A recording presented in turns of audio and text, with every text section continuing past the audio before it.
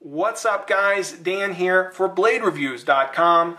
Welcome to my review of the ESEE Izula II.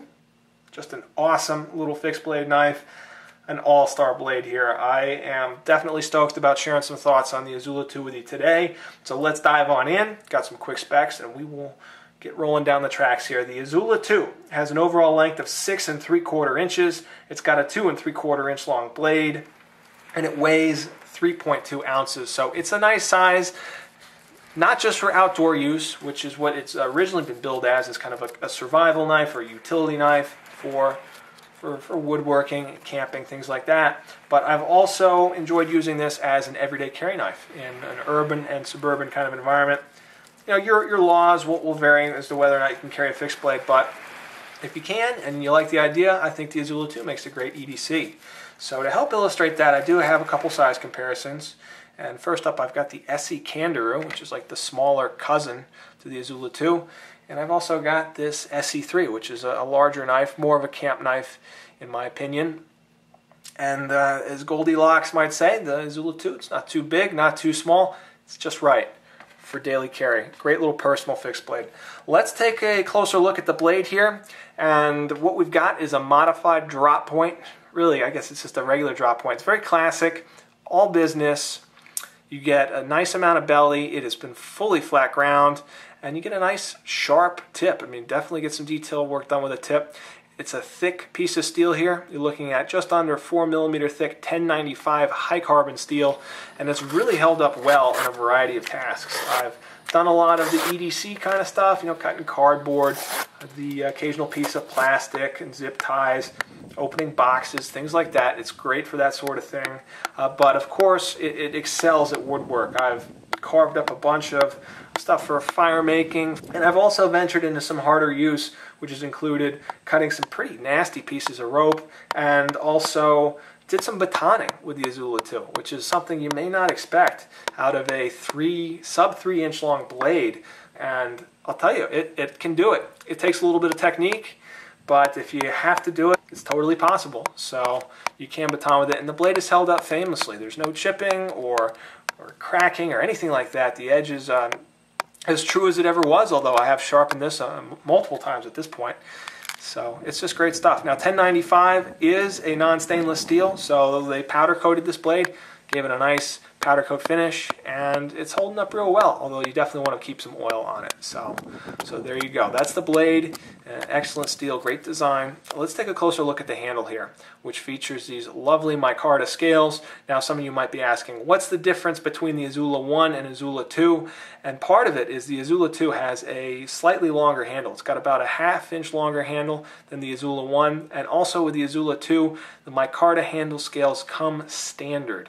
The Izula I, you get the option of buying the knife without any micarta scales, and that might be a nice purchase if you're looking for a slim neck knife, or if you want to wrap the handle in paracord or make your own handle scales. But if you're just looking for an out-of-box solution that is large enough to accommodate larger hands, then I would go for the Izula II. I don't regret this purchase at all, and I like the extra size of the Izula II. The handle scales have been really nicely done. You can see that they've been well finished. They do have a couple sets of Torx bolts here holding them together, and one piece of constructive criticism would be the fact that they take a Torx bit. You know, when you're banging on this knife, if you are batoning with it or just doing some hard cutting, it's possible for the handle scales to get kind of loose. And if you're out there in the woods, I mean, odds are you don't have your Torx bits with you, you don't have your Torx drivers, so it's almost impossible to tighten the handle scales back up when you're out there. I would recommend just switching to some flathead screws. That way you could use a coin, you could use your Swiss Army knife or whatever you got to tighten the thing down. And I think that would be a nice little improvement over these original screws. But if that's the worst thing I have to say about the handle, I'd say it's a pretty rocking handle, and really it is. You do have this oversized lanyard hole in the back. You could thread even a carabiner through it, which is cool. And it's very solid and comfortable too. You get some jimping up top, definitely fills the hand nicely. The micarta has got a good texture to it. Even when it gets wet, you'll still have plenty of grip on this knife. I like it a lot. Let's talk briefly about the sheath that comes with the Izula II, and it is a molded plastic sheath. Now, I know some guys would prefer Kydex or something like that, and frankly, I mean, I don't really mind. A Kydex is quite similar to this kind of plastic. They're both polymers, and I'll tell you, this is a great sheath. The blade inserts with an awesome snap.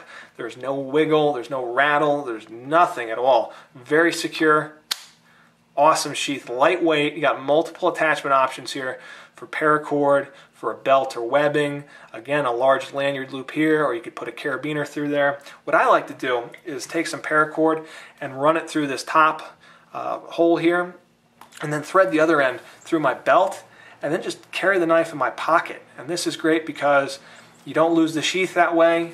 Keeps everything in one place. It's just easy to remove the knife with one hand. Don't have to worry about the sheath falling onto the ground or getting lost or anything like that. So for me, that's a great way to carry this knife.